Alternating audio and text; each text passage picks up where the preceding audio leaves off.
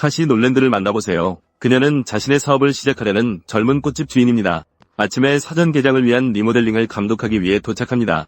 그녀는 자신이 위험에 처해 있다고 생각할 이유가 없습니다. 그것은 그녀가 여기 있는 이 남자를 알아차리지 못하기 때문입니다. 그의 이름은 로버트 루이스이며 그는 꽃집 맞은편의 레스토랑에 앉아 있습니다. 그는 꽃집에서 눈을 떼지 않고 웨이터의 존재를 거의 인식하지 못합니다. 카시가 다시 나올 때 그것은 즉시 로버트의 주의를 끕니다. 그는 마치 목걸이를 본 개처럼 많은 재미를 기대하는 모습입니다. 계약자들은 하루 일을 마치고 그녀는 같은 레스토랑으로 들어갑니다.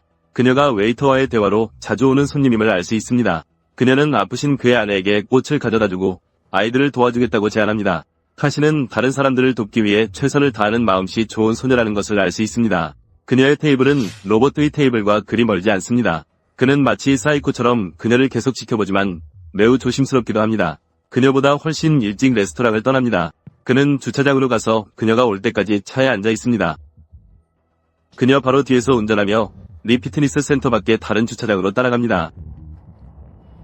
그녀의 요가 수업이 시작되자 로버트는 그녀를 염탐하기 위해 차에서 나옵니다. 그가 돌아오면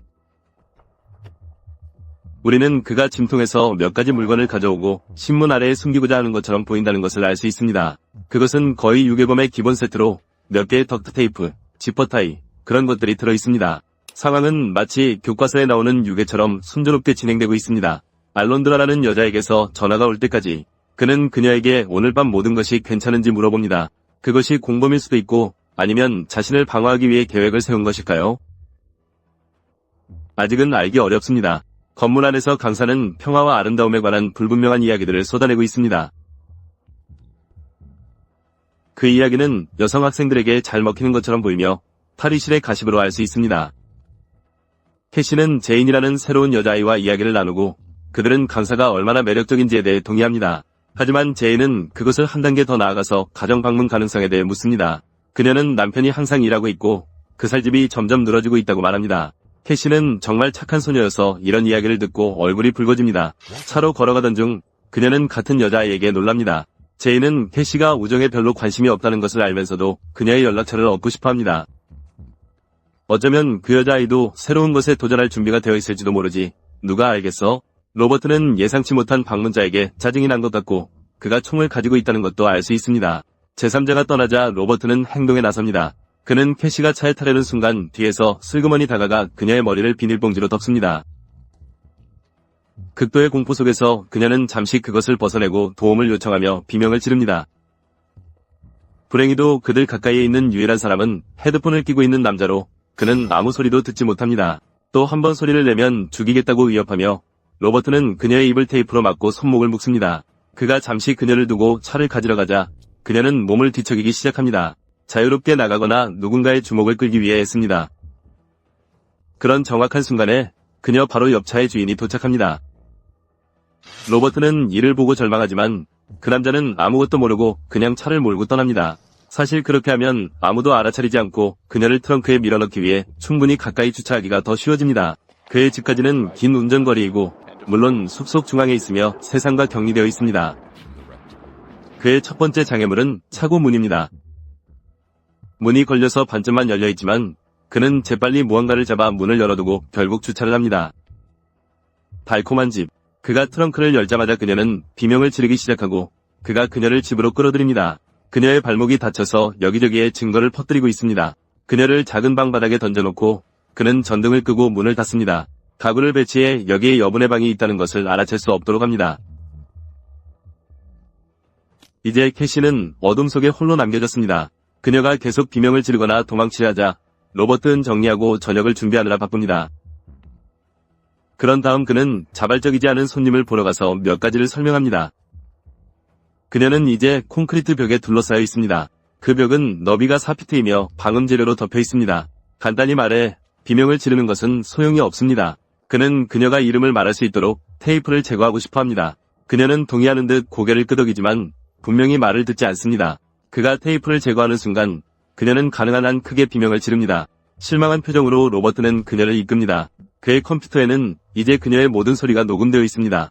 그런 다음 그는 청소를 시작하고 모든 증거를 없애려고 합니다. 캐시는 문을 발로 차 열어보려 하고 작은 환풍구를 통해 최대한 크게 소리치지만 큰 진전을 보지 못합니다. 거실에는 로버트의 삶의 미스터리를 더하는 몇 가지 불안한 세부사항이 있습니다. 그중 하나는 아이가 보이지 않는데도 방치된 몇 개의 장난감입니다. 또 하나는 자칭 독살당한 사람들에 대한 뉴스 보도에 대한 그의 반응입니다. 증거가 발견되지 않았고 이제 그들이 비정상적인 상황에도 불구하고 자연사로 공식 선언되었습니다. 기자는 더 이상 많은 말을 하지 않고 로버트는 슬픈 미소로 그것을 끕니다. 캐시에게 돌아가기 전에 그는 총을 장전하기로 합니다. 신중하게 총신에 5개의 총알을 넣으려 하지만 마지막 총알을 찾지 못합니다. 총을 들고 돌아오는 것이 그녀를 전혀 진정시키지 못합니다. 그는 그 점에 조금 놀립니다. 우리는 이것이 로버트의 첫 유괴라고 생각하기 시작하고 있습니다. 자유를 되찾기 위해 모든 방법을 시도하며 캐시는 그에게 $50,000를 제안합니다. 그녀는 그것이 그녀의 모든 저축이라고 말하지만 그는 여전히 그것이 꽃소녀에게는 많은 돈처럼 들린다고 말합니다. 어쨌든 그는 관심이 없습니다. 일을 더 쉽게 하려 했지만 여전히 잘 안되는 그는 벽을 기어오르며 도축장에서 도망친 황소에 대해 그녀에게 이야기합니다. 스파이더불은 다시 잡히기 전에 반대편에 도달했습니다. 운명을 피하지 못했음에도 불구하고 황소는 그의 고기가 두려움에 의해 독이 들어있었기 때문에 복수를 할 수 있었습니다. 캐시는 그 기분 좋은 이야기를 완전히 무시합니다. 그녀는 누군가 자신을 찾을 것이며 그의 최선의 선택은 너무 멀어지기 전에 그녀를 보내주는 것이라고 말합니다. 물론 그녀는 입을 다물겠다고 약속하지만 로버트조차 그렇게 멍청하지는 않습니다. 그는 다시 그녀의 이름을 묻고 이번에는 그녀가 대답합니다. 그의 표정은 그녀가 이름을 말하자 이상하게 불행해 보입니다. 그녀를 그곳에 남기고 그는 그녀의 지갑 안의 물건들을 살펴보며 그녀의 이름이 캐시 놀랜드인지 확인하려는 듯 행동합니다. 그녀를 위해 저녁을 준비하는 동안 그는 TV 뉴스에 주의가 분산됩니다. 그것은 그 같은 사건에 대한 더 많은 내용입니다. 피해자의 가족들이 독성 분석 보고서를 반박하기 위해 싸우고 있다고 말합니다. 그가 예상했어야 할 대로 룸서비스는 감사의 기쁨으로 맞이되지 않습니다. 캐시는 그 기회를 이용해 그를 공격하고 도망칩니다. 그녀는 유선 전화에 도착하지만 경찰에 전화하기도 전에 그가 전화를 쏩니다. 집 밖에서는 그녀의 절박한 도움 요청 소리를 듣는 것이 불가능합니다. 그래서 그녀는 그의 자비를 애원하며 연기를 하다가 그가 가까이 오도록 만듭니다. 이제 그는 바닥에 쓰러져 의식을 잃었고 그녀는 그 기회를 이용해 자신의 전화를 찾습니다. 물론 신호가 없습니다. 그녀는 주방 칼로 발목의 지퍼 타일을 자르고 그것을 꼭 쥐고 있습니다. 하지만 그가 정신을 차리자 로버트는 그 칼이 장전된 총에 대해 그녀에게 별로 도움이 되지 않을 것이라고 말합니다. 그는 차분히 앉아 식사를 시작하고 그녀에게 함께하라고 초대합니다. 그는 그들이 서로의 진짜 이름부터 조금 더 알아가야 한다고 말합니다.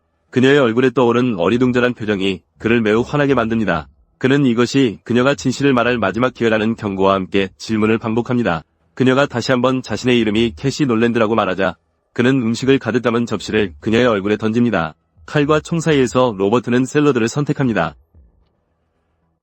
그 결과 그들은 서로를 여기저기서 때리기 시작합니다. 싸움 중에 그녀의 손자산이 꽃집 아가씨로서의 유일한 불일치가 아님이 분명해집니다. 그녀는 또한 인상적인 전투 기술을 가지고 있으며 확실히 요가 수업에서 배운 것이 아닙니다. 하지만 그는 여전히 그녀를 쓰러뜨리고 지하 감옥으로 끌고 갑니다. 알론드라의 차가 드라이브웨이로 들어오는 모습을 보고 그는 창백해집니다. 알고 보니 그녀는 하녀입니다.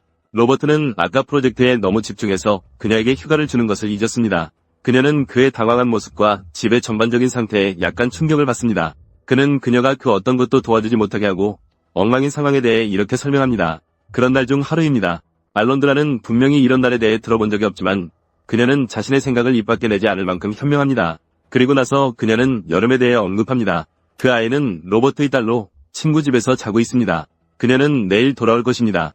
알론드라가 떠난 후 로버트는 약간 정리하고 캐시의 상처를 치료합니다. 그녀가 깨어났을 때 그는 샤워 중이며 그녀가 자신의 전화기를 가지고 있었음을 알 수 있습니다. 하지만 여전히 신호가 전혀 없습니다. 로버트는 캐시의 얼굴에 저녁을 낭비한 후 다른 음식을 먹으러 앉습니다.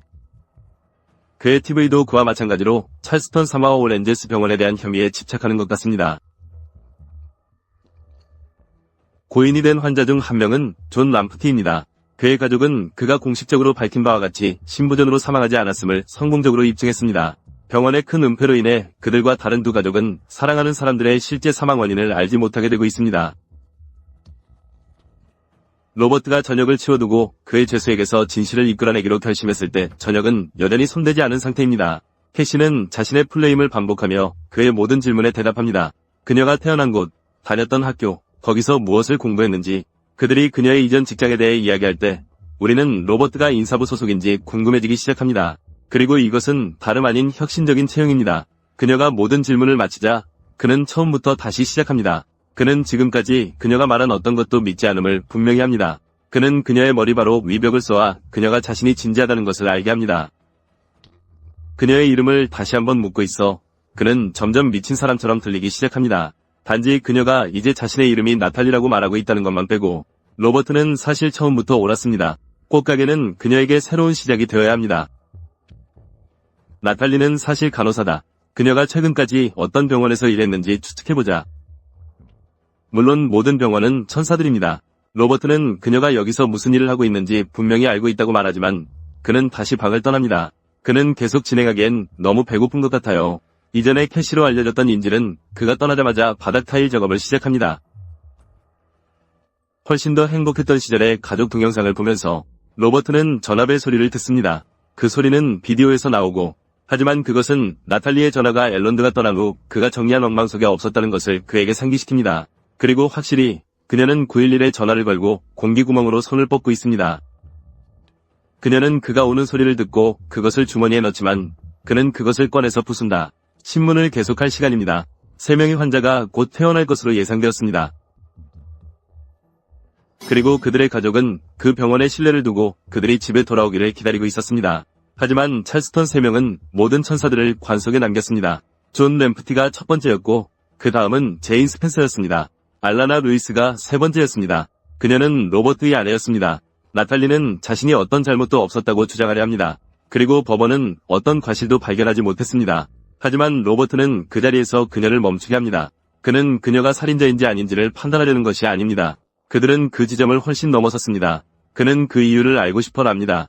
나탈리와 알라나는 서로 대면조차 하지 않았습니다. 그녀는 그녀나 그 환자들에게 해를 끼칠 이유가 없었습니다. 알라나의 독성 보고서에는 엄청난 양의 알코올과 불법 물질이 포함되어 있었습니다. 그것은 전혀 그녀답지 않았습니다. 그것이 그를 이 전쟁을 시작하게 만든 이유였습니다. 그녀의 죽음 당시 근무 중인 간호사들을 스토킹했습니다. 그리고 그들 중 한 명이 새로운 신분을 만들고 먼 곳으로 이사했습니다. 끝이 보이지 않는 고통스러운 소송으로 그의 영혼이 서서히 짓눌리는 대신 그는 어떤 식으로든 정의가 이루어지도록 하기로 결심했습니다. 지금 필요한 만큼 악당 역할을 할 준비가 되지 않은 그는 로버트는 더 많은 비디오를 보기 위해 거실로 돌아갑니다. 알라나가 눈 속에서 썸머와 노는 추수감사절 비디오를 보는 것은 분명 효과가 있습니다. 그의 분노 수치는 이제 인지를 겁주기에 충분합니다. 아마 그것이 효과가 있을지도 모르고 아니면 그녀가 이제 너무 피곤할 수도 있습니다. 그러나 그녀는 마침내 말을 꺼냅니다. 나탈리는 매우 종교적인 가정에서 자랐습니다. 그리고 그녀에게는 캐시라는 쌍둥이 자매가 있었습니다. 그들은 아버지가 치어리더와 도망치기 전까지 정말 행복했다. 그들의 공동체는 그들을 죄 많은 가정으로 쫓아냈다. 그리고 캐시는 너무 부끄러워서 결국 자신의 목숨을 끊었습니다. 그런 식으로 가족이 망가지는 것을 보는 것은 끔찍했습니다. 그러나 캐시를 잃는 것은 마지막 벼랑이었습니다. 그 이후로 나탈리는 자신이 죄인으로 여기는 모든 사람에게 불균형한 증오를 키웠습니다. 그녀는 그런 원한에 딱 맞는 직업을 선택했습니다. 환자들은 위료 절차 전에 마음을 털어놓고 싶어 했습니다.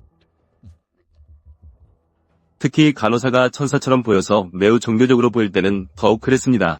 그들의 영혼을 구하려고 하던 그들은 오히려 몸이 죽음의 위험에 처하게 했습니다. 그때부터 나탈리는 좀 더 조심스럽게 행동하기 시작합니다. 그녀는 그가 다음 부분을 듣기 좋아하지 않을 것이라는 것을 압니다. 그녀는 존 램프티에게 서로 모르는 두 아내가 있었다고 말합니다. 그는 분명 똑똑한 사람이었을 것입니다. 로버트는 인질과 하인을 동시에 잡아둘 수 없습니다. 그리고 제인 스펜서가 있었습니다. 이혼해서 더 많은 돈을 받기 위해 끔찍한 일로 전 남편을 허위로 고소한 사람. 마지막으로 알라나 루이스가 있었습니다. 로버트가 아닌 키 크고 잘생긴 남자와 바에서 쓰러졌습니다. 그녀의 혈액 검사는 은폐의 일부분조차 아니었습니다. 그녀는 정말로 그렇게 만취 상태였습니다. 로버트는 그 모든 것에서 단 하나의 말도 믿으려 하지 않습니다.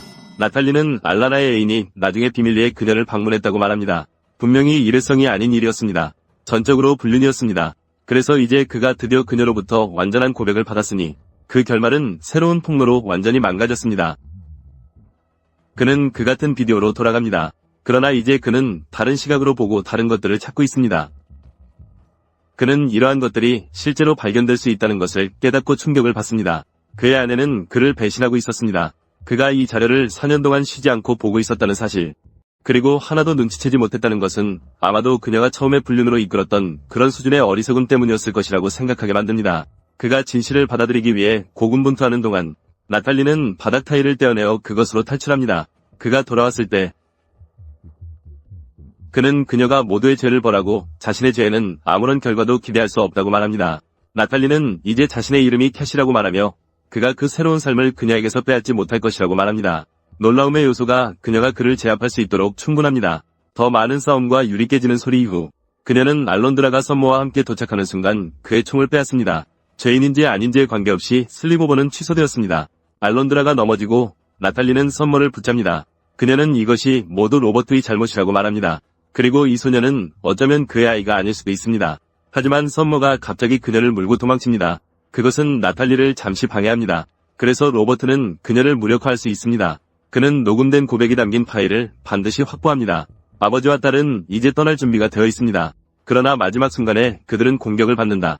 그러면 양쪽에서 거의 슬랩스틱 같은 실수들이 발생합니다. 심지어 갈퀴도 관련되어 있습니다. 마침내 고장난 차고 문이 나탈리를 한 번에 처리합니다.